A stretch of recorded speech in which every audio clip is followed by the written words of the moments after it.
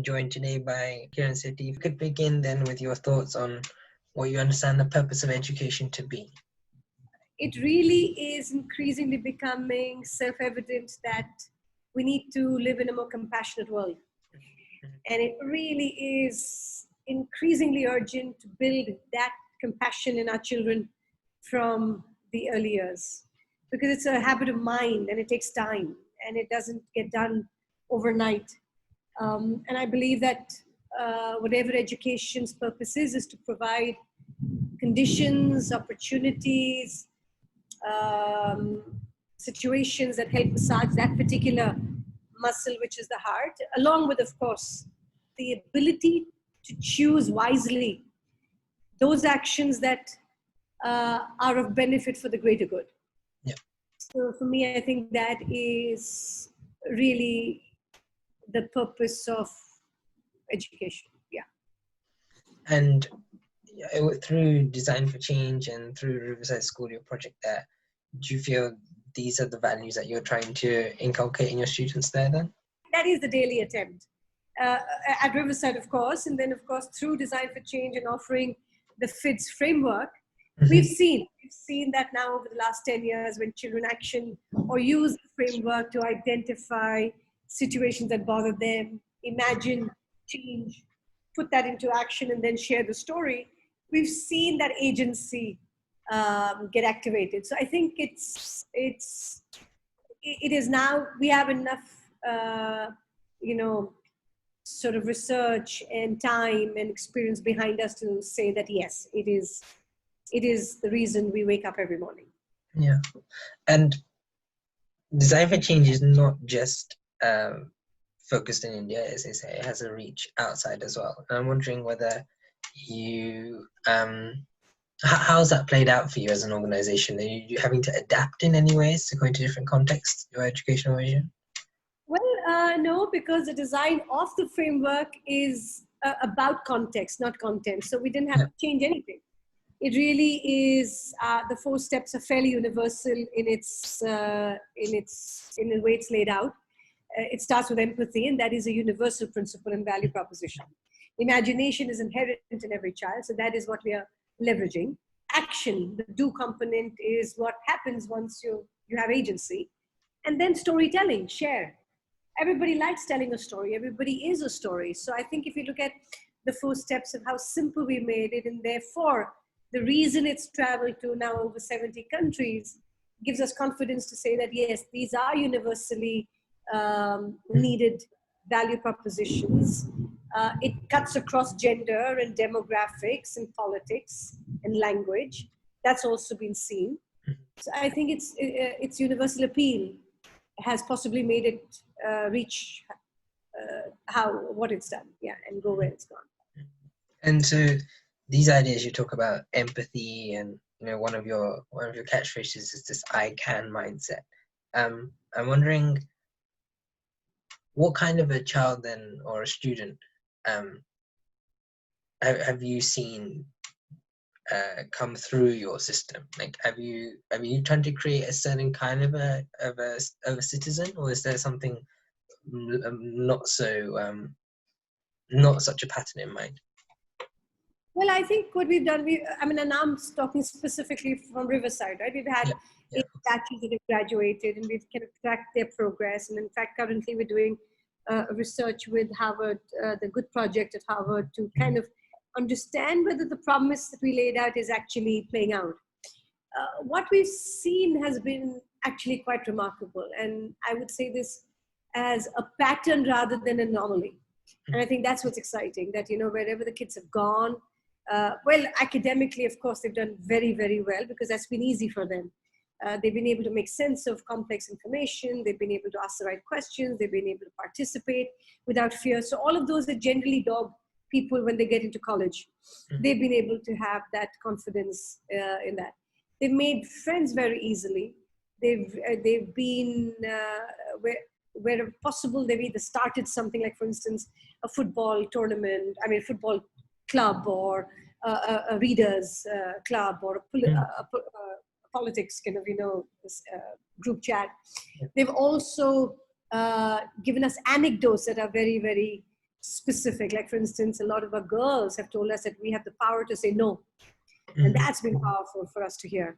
A lot of our boys have expressed kindness in places where you wouldn't expect it. And so if in a little act of saying thank you to a canteen boy, has been able to shift that boy's friends to say, hey, we should also say thank you, and not laugh about it. So it's in these little anecdotes, in the choices they're making.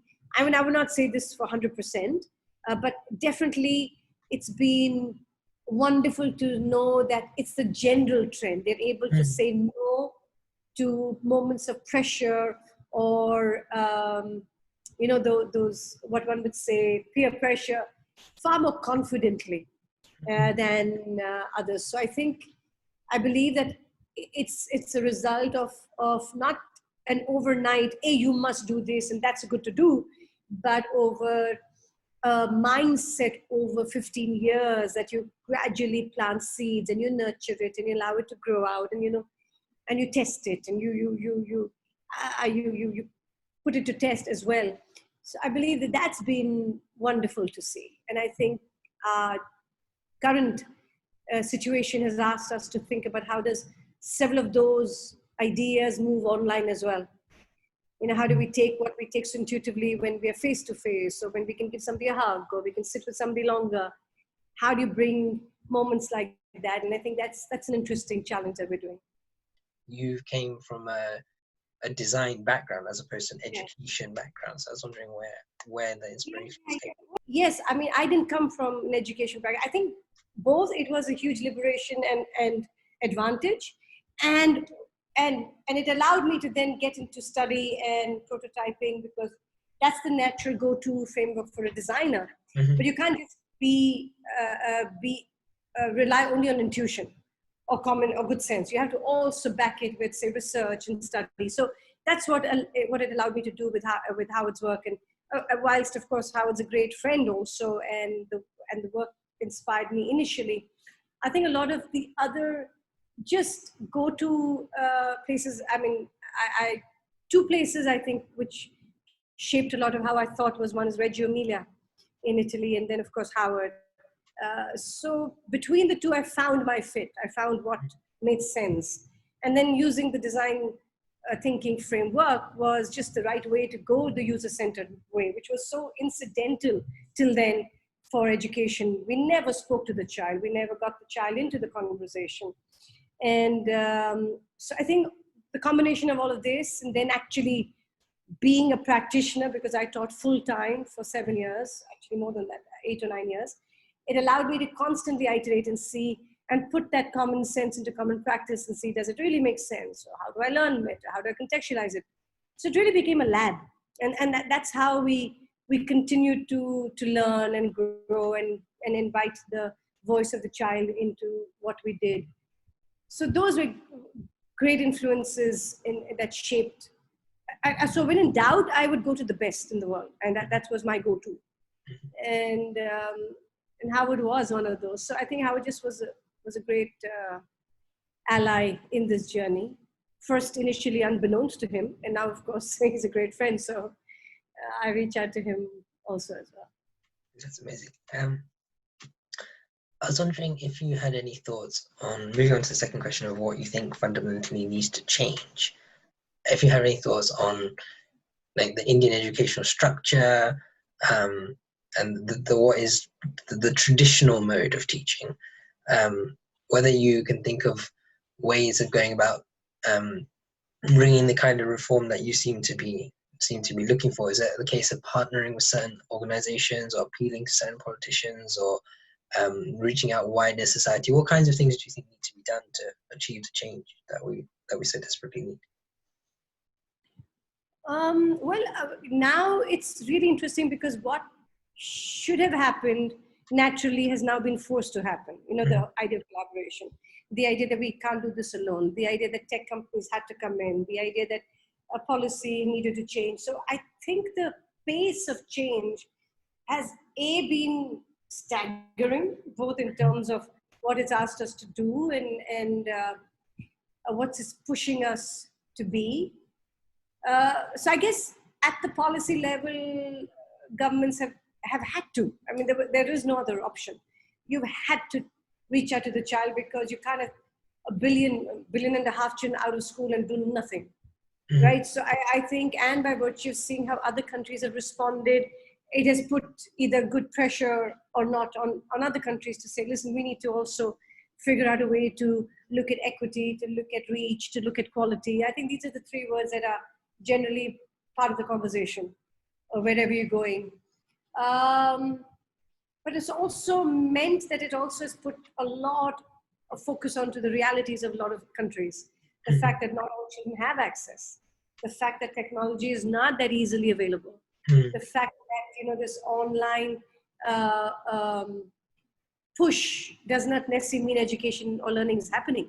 So it's all of these questions that are being tested at the moment. And I think we will probably realize either the fallout of it or the impact of it come December.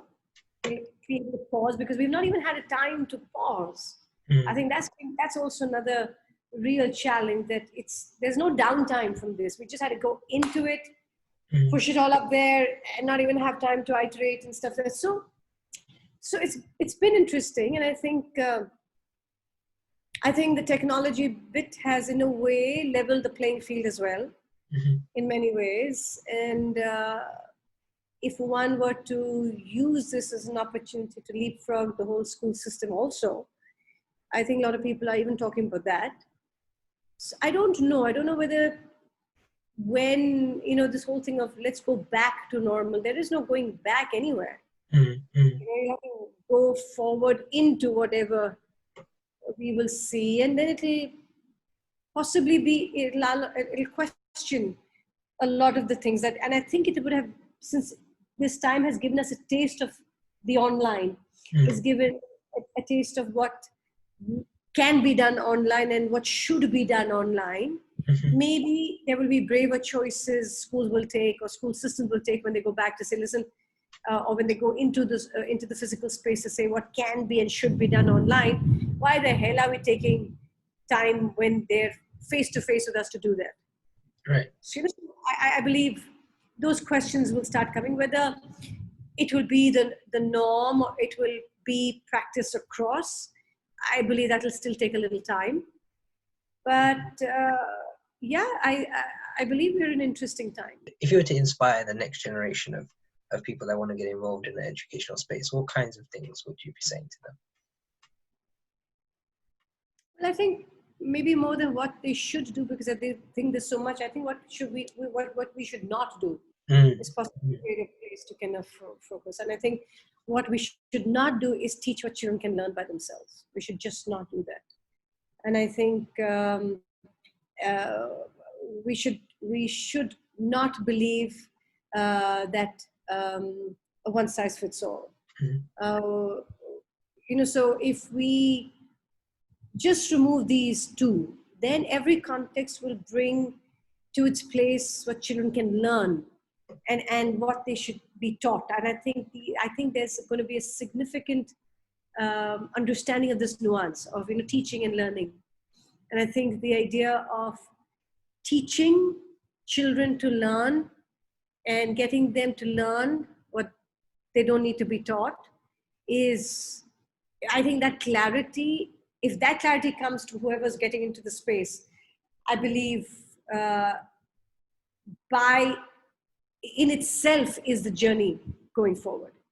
I think somewhere we forget that. We keep forgetting that children can learn, and they are learning, stuff that you don't need to teach them. So, and I believe that now the taste of what they can learn by themselves and what you need to teach them is so, we've been given a taste of that. Like I said, we've seen that.